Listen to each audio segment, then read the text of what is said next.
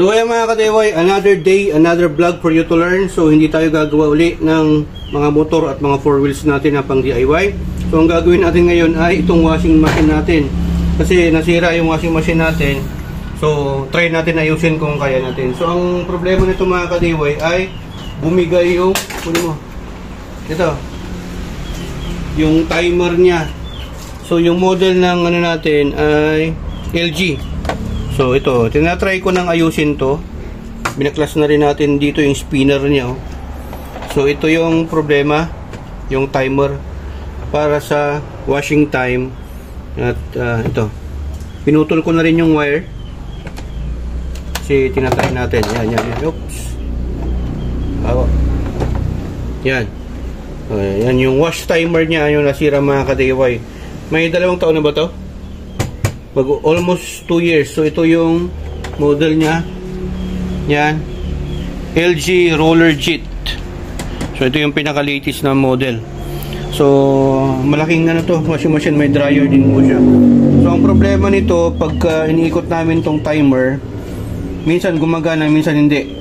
Naglo-lose contact. Pero mga 5 times na rin to na ginagawa namin, pero pabalik-balik lang din po yung problema hanggang sa binaklas ko to. Kasi dito yung problema.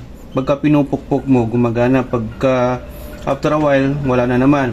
Kaya lang, nung binaklas ko to, nagsilaglagan itong mga parts niya, yung mga small particles na to. Kaya lang, yung ano, hindi ko na masyadong maibalik kasi hindi ko alam kung saan na. Kaya ang ginawa natin ay nagtry akong bumili sa Shopee. Naghanap ako sa Lazada saka sa Shopee. So nakakita tayo sa Shopee. Yan. So hindi man siya tugma talaga kasi ito ibang model to eh. Ibang model, pero dito mas okay to kasi ang ginawa ko, ito yung binili ko. Mostly kasi ano, nakasarado talaga yung ganito na itsura. Ayan.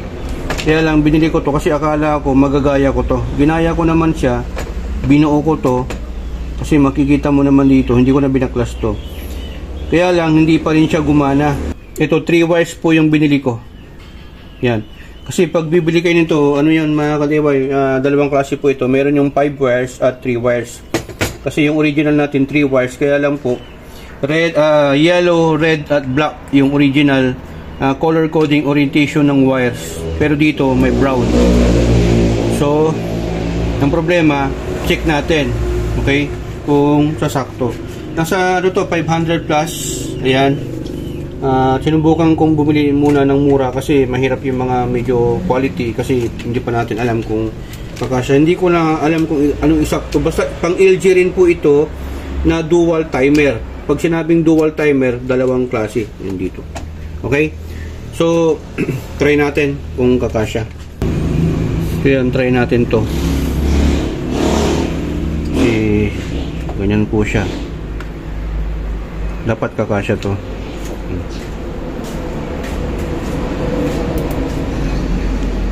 Okay.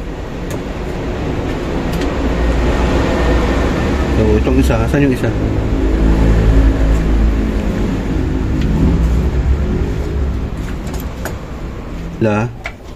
Tapos yung isa ganyan din. Dapat babaon. Si may guide naman yan. Ayan. So bumaon naman siya. Try na lang natin kasi hindi talaga to magkaparehas na model. Magkaiba sila sa likod. Yung lagayan ng knob. Yung pihitan, itong knob. Pihitan. So try na lang natin mga ka-DIY. Ito pwede pa natin magamit ito pag anuhan ng spare parts. So ayan, try natin mga ka-DIY. Make sure na pag ginagawa nyo to, hindi nakasindi yung plug nya sa likod. Okay? So try natin yung orientation niya. Saan ba yung original? So ayan, pinutulan ko siya dito tapos binalatan natin. So ayan, try natin. So napansin natin dito mga ka-DIY, yung wires nung ano bago, yung replacement, manipis lang. So itong ano natin, yung sa mismong sa washing machine, makapal. Ganyan na mas magandang wire sana. Kaya lang wala eh. No choice tayo. So red sa red, try natin to. Tapos yellow sa yellow. Magdidikitan to kasi mag-spark to. magkukos ng sunog. Kasi sa wiring diagram, itong brown minsan ground din po yan. Okay? Tipan muna natin. Tipan na natin, tapos mamaya lang na natin i-fix. Kailangan na nating matakpan. Baka mamaya gumalaw.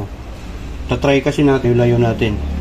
Yan ang gagawin natin para matry natin to. Dapat mag-i-spin to. Asan yung tornilyo dito? So ayan, lalagay muna natin to. Bubuin natin tong spinner nya. Lagyan muna natin ng grasa. Lagyan muna dito.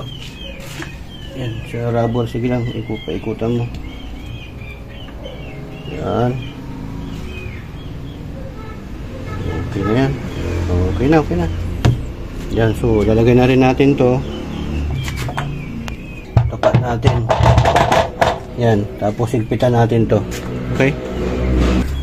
Yan, size 8 na T-wrench yung gamit natin. So higpitan natin.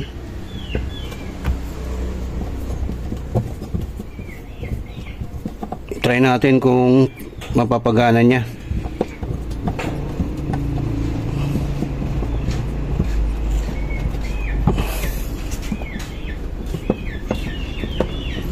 Yun, so mamaya natin i-fix ng maigi. So try muna natin mga ka-DIY. Saksak mo nga to. Yun.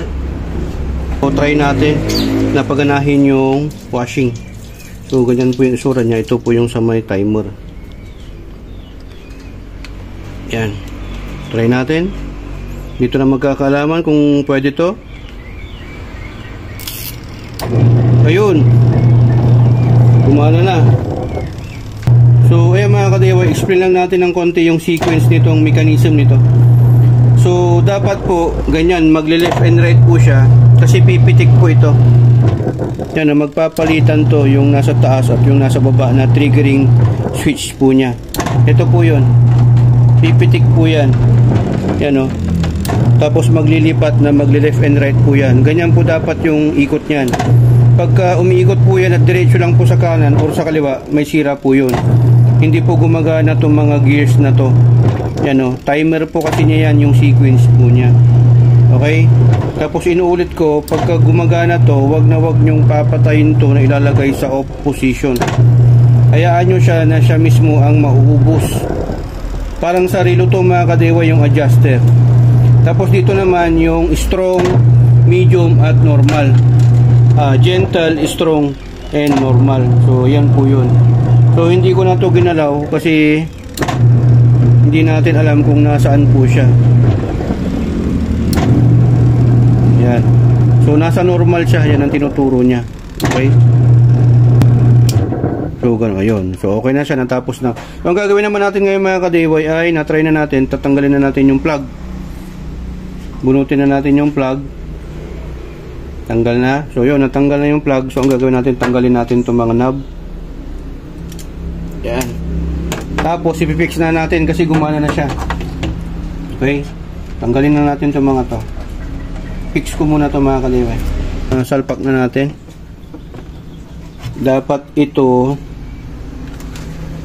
Yan, ito. May proper dito kung paano mo sasalpak to. So ito muna unahin mo. Yan, yun lang. May konting modification siguro dito. Pilit na lang natin kung kaya. Kasi magkaiba nga. Ano yung isa? Yung sa likod. Yan. Yung sa likod.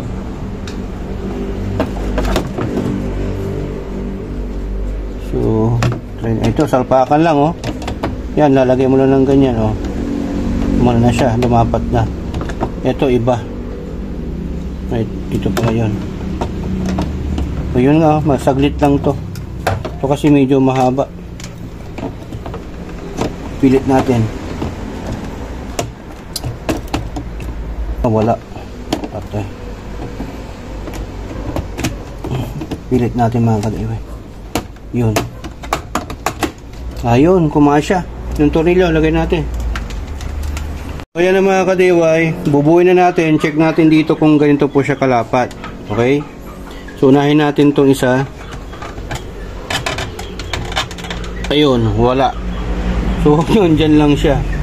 So itong isa din. Yan. So nakaangat po siya kasi hindi po talaga sa kanya yung timer. Kaangat po, dapat po kasi ganyan. So try natin na lagyan muna ng tornilyo. Yan. May tornilyo to sa likod eh. Yan. Okay. So dito natin ipapadaan. Lagyan muna natin to ng tape. So yan, binalutan din natin ng electrical tape para mas matibay at para maiwasan natin yung ground or grounded short circuit. Okay, so yan, last na to. Tapos bubuhin na natin.